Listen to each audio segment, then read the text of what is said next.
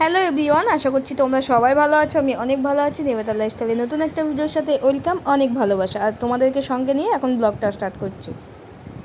আজকে ঘুম থেকে উঠেছি অনেক সকালে, 6টার সময় উঠেছি। ঘুম থেকে উঠে আগে স্নানটা করে নিয়েছি, তারপরে পুজো দেওয়ার পর পুজোটা দিয়ে নিয়েছি। কারণ ঘুম থেকে উঠে আগে পুজোটা দিয়ে নিলে মানে মনটাও শান্তি লাগে আর ভালোও লাগে। আর অনেক দিন ধরে ভাবছি কি শ্যাম্পু করব, তো এক সপ্তাহ হয়ে গেছে শ্যাম্পু করতেই পারছে না। হয় বৃহস্পতিবার পরে, শুক্রবার পরে। আর বৃহস্পতিবার তো এমনিতেই লক্ষ্মীবার, শ্যাম্পু করা যায় না। আর শুক্রবার দিন আমার মেয়ের জন্মবার বলে আমি শ্যাম্পু করি না জন্মবারে।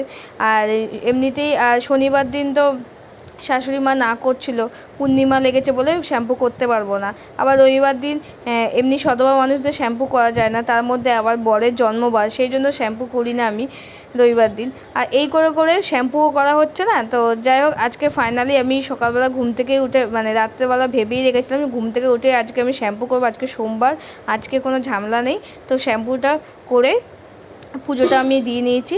আর যাই হোক, আমার বিছানাটাও গোছানো হয়ে গেছে। আর রাতে যে চাদরগুলো গায়ে দিই ওগুলো ভাঁজ করে সুন্দর করে রেখে দিয়েছি।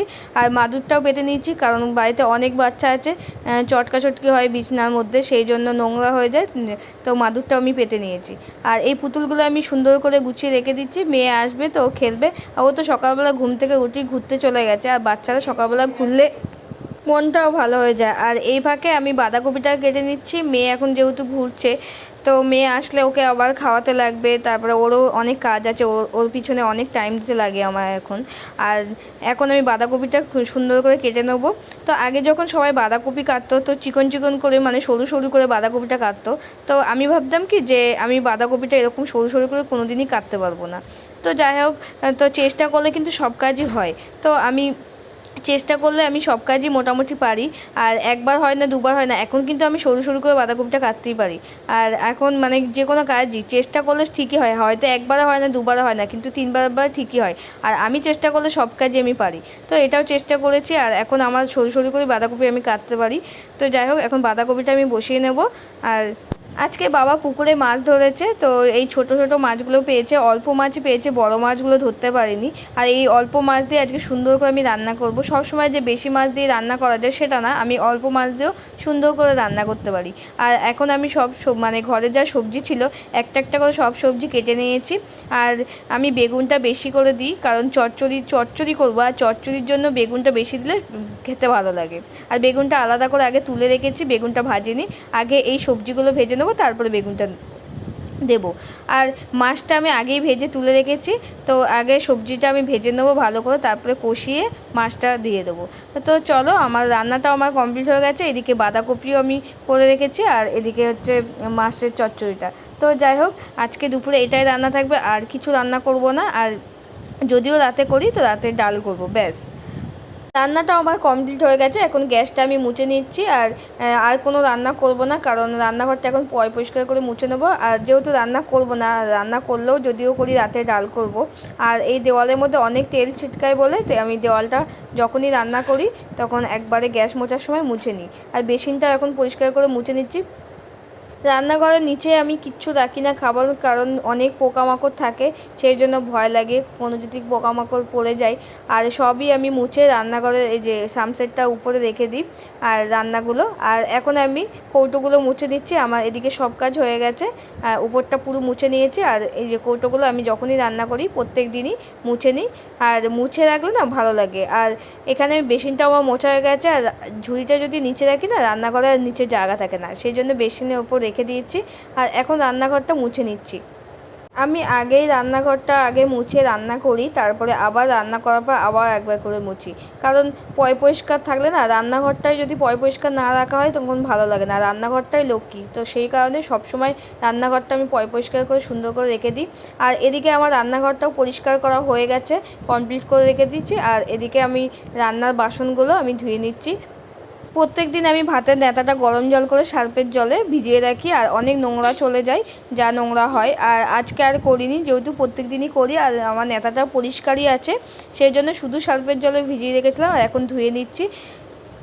আর আমি যখন রান্না করছিলাম রান্নার ফাঁকে মেয়েকে স্নান টান করিয়ে খাইয়ে দাইয়ে ঘুম পাড়িয়ে দিয়েছিলাম। মেয়ে এখন ঘুমাচ্ছে, এদিকে নিশ্চিন্ত, আর মেয়ে ঘুমাচ্ছে বলে এদিকে কাজগুলো আমি করতে পারছি আর নেতাটা আমি মিলে দিয়ে দিচ্ছি।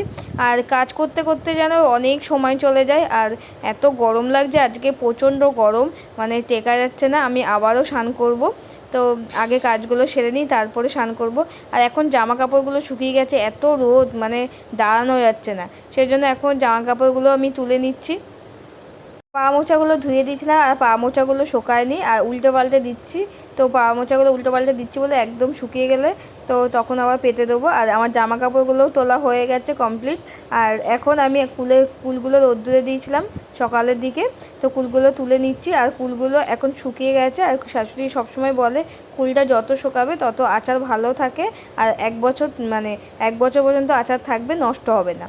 সেই জন্য আমি কুলটা বেশি করে শুকিয়ে নিচ্ছি। আর কালকে আমি কুলটার আচার করবো। এখন বিকেল 4টে বাজে, কাজ করতে করতে বিকেল 4টে বেজে গেছে। আর এত গরম লাগছে, ভেবেছিলাম স্নান করব না, তো সকালে তো একবার এমনিতেই স্নান করেছি আর এখন একবার স্নান টান করে চলে এসেছি। আমি মানে এত গরম লাগছে, না স্নান করে থাকতে পারিনি। যাই হোক, আর স্নান টান করে চলে এসে মেয়েও ঘুমাচ্ছিল, মেয়েকে দুধ করে খাওয়ালাম, তারপরে এখন মেয়ে আবার ঘুমিয়ে পড়েছে। তো এই ফাঁকে আমি জামা কাপড়গুলো গুছিয়ে নিচ্ছি, যেহেতু মেয়ে ঘুমাচ্ছে, মেয়ে উঠলে আবার আমার কাছে আসবে, বায়না করবে। তো এখন আমার মেয়ে আমাকে চিনতে শিখে গেছে, তো এখন আমাকে দেখলেই খালি কাঁদে তো কোলে আসার জন্য। আর সেই জন্য আমি আগে জামা কাপড়গুলো গুছিয়ে নিচ্ছি, কারণ ও উঠে পড়লেই আবার ওকে নেব। তো এখন কাঁথাগুলো গুছিয়ে নিচ্ছি। এত গরম পড়েছে, মেয়েকে এখন স্যান্ডো গেঞ্জিই পরাই, মোটা গেঞ্জি আর পরায় না। আর ওর তো গরমের মধ্যে মানে মুখের মধ্যে র্যাশ বেরিয়ে গেছে, সেই জন্য মোটা কিছু তো আমি পরাই না। আর সারাদিনে তো প্যাম্পাসও পরাই না, শুধু একবার রাতে প্যাম্পাস পরাই আর প্যান্ট পরিয়ে রাখি। আর ইনারগুলো পরাই, ওর শরীরটাও ভালো থাকে। আর ও তো মোটা জিনিস পরতেই চায় না, আর সবসময় এখন পাখা চালায়, এত গরম স্পিডে পাখা চালায়, কি করব, কিছু করার নেই। আর মেয়েও খুব ঘেমে যায়। জামা কাপড়গুলো আমি গুছিয়ে রেখেছি আর সব গামলার মধ্যে গুছিয়ে সুন্দর করে রেখে দিয়েছি। আর বরের অনেক মানে জামা কাপড় ছিল, সেগুলো আমি গামলার থেকে বার করে দিয়েছি, যেগুলো প্রয়োজন সেগুলোই আমি এখন গামলার মধ্যে রাখি। আর বাড়তি জামাগুলো রাখি না, যেহেতু পরে না, আর গামলাটাও হালকা থাকে, ভালো লাগে। এখন বিকেল 5টা বাজে, মেয়ে ঘুম থেকে উঠে পড়েছে। আর এখন ওকে আমি রেডি করে দিচ্ছি। আর ঘুম থেকে উঠেই দরজার দিকে তাকায়, তো বোঝে বিকেল হয়ে গেছে, আমি এখন ঘুরতে যাব। আর আমার মেয়ে কিন্তু খুব শান্ত, ঘুম থেকে উঠে অনেক বাচ্চারা কান্নাকাটি করে, আর আমার মেয়ে ঘুম থেকে উঠে আগে হাসে আর চুপচাপই থাকে, ও কিন্তু দুষ্টু করে না। আর এখন ওকে আমি একটু আদর করে দিচ্ছি। তো এখন আমার মেয়ে ঠাম্মি আর দিদুনের সাথে ঘুরতে যাবে, মেয়েও এখন ঘুরতে যাবে। আর আমি এখন এই ফাঁকে ঘর বারান্দাটা আমি ঝাড় দিয়ে নেবো, আর এদিকেও আমার কাজ আছে, কাজগুলো আস্তে আস্তে আমি করে নেব। আমার বড় আসার টাইম হয়ে গেছে, ফোন করে বললো এখনই বাড়ি আসবে, এখন বাজে 9টা।